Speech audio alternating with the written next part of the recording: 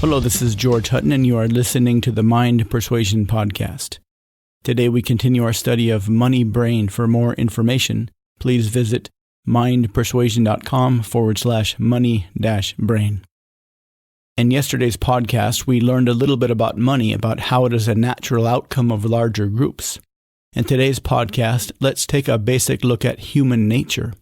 This will help us put these two ideas together so we can see why money is essential, not only for a larger society, but for individuals. Unlimited and subjective. One way to describe us humans is as desire-achieving organisms.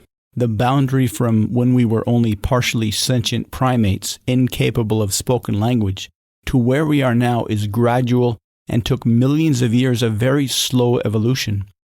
Chimps and humans split apart 6 to 8 million years ago, yet we share 98% of our DNA. We share many common social instincts. Deeper than social instincts are hunger and desire for sex. We can describe instincts as deep wants or desires that operate outside of our conscious awareness. We don't have to remember to eat or drink or sleep or crave sex and companionship. When it starts to rain or we feel cold or threatened, we don't need to stop and rationally think about what to do. Sure, we might consider how specifically we will satisfy those ancient desires, but those ancient desires show up all on their own. If you've ever tried to go on the willpower diet and failed miserably, you know how well our instincts are much like the Borg collective from Star Trek. Resistance is futile. So we have these desires, and they keep us alive, and they compel us to reproduce. We have our own unique way of satisfying those desires. We all need to eat. We all enjoy eating, but we all have our own unique tastes.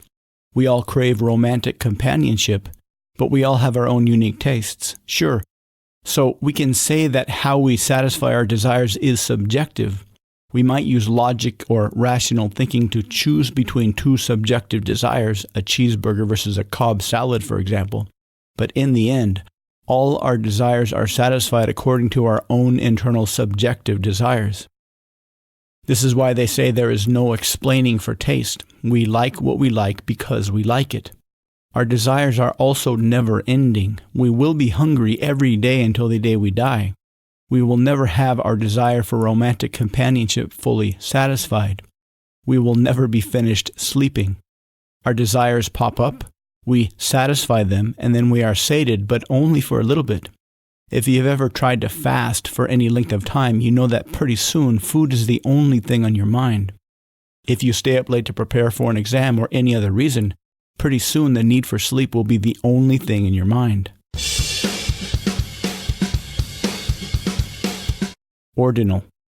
Our desires as we feel them inside of us are ordinal. We are hungry and we look at a few things we could eat. We can't measure how much we want any particular thing. We only know that we want a cheeseburger more than a Cobb salad. If two people are romantically interested in us, we can't measure how much we like each person. We can only decide which one, all things considered, is the preferred choice.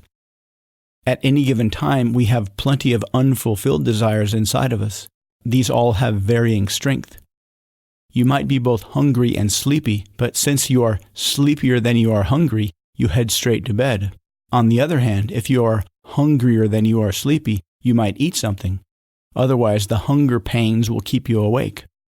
At any given time, we can decide which one desire is the most pressing out of all our desires.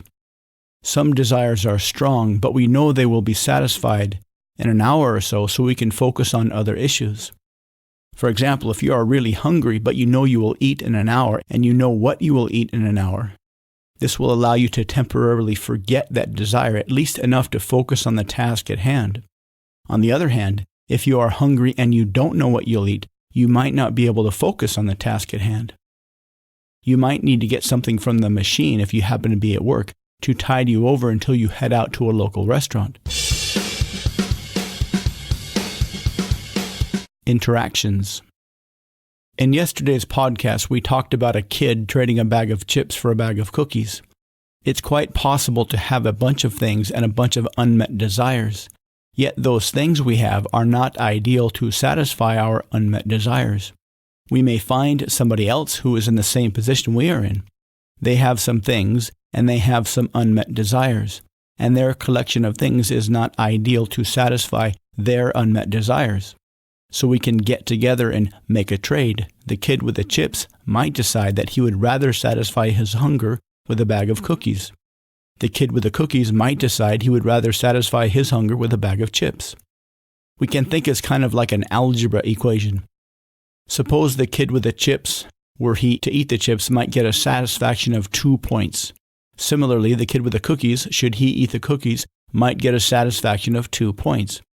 But if the kid with the chips eyes the cookies and imagine they would give him the satisfaction of 4 points, and the kid with the cookies eyes the chips, and he imagines the chips would give him a satisfaction of 4 points, then a trade would be mutually beneficial. Both would gain a total of 2 points in eating satisfaction, from 2 to 4, simply by trading. Actions. Similarly, we make the same decisions when we act alone. If you are sitting and watching TV, it might cost you 2 points of effort to get up and get another drink out of the fridge. But if you imagine having that drink would give you 3 points of satisfaction, then you would have a net gain of 1 point. So from an internal perspective, when we make a trade on our own, exchanging effort for satisfaction, it feels very much the same as when we trade things for other things, cookies for chips, dollars for burritos, or anything else you can think of. Subjective and ordinal. While we previously used the idea of points, that was really just a metaphor. In reality, all we can do is imagine 2 possible things and choose which one we want more. When 2 kids are standing there looking at each other's snack, they can only think to themselves if they want the other thing more than they want the thing they have. If they both agree, then they make a trade. It's not really possible to measure things like satisfaction points. All they know, and all we know, is that the kid with the chips wanted the cookies more than the chips, and the kid with the cookies wanted the chips more than the cookies. And while sitting and watching TV, the idea of getting up and getting a drink was more compelling than just sitting there. All things explained. Anything we do, anything we buy, anything we trade with another can be put through this filter. When we buy something, we have decided, all things considered, and often this is very complex, that we want the other thing more than we want the money we are paying. When we take any action, we have decided taking the action is preferable to not taking the action. Sometimes these decisions are wholly conscious. Sometimes they are mostly unconscious and automatic. I'm George Hutton. Thank you for listening to the Mind Persuasion Podcast. For more information, please visit mindpersuasion.com/money-brain. I look forward to speaking with you again soon.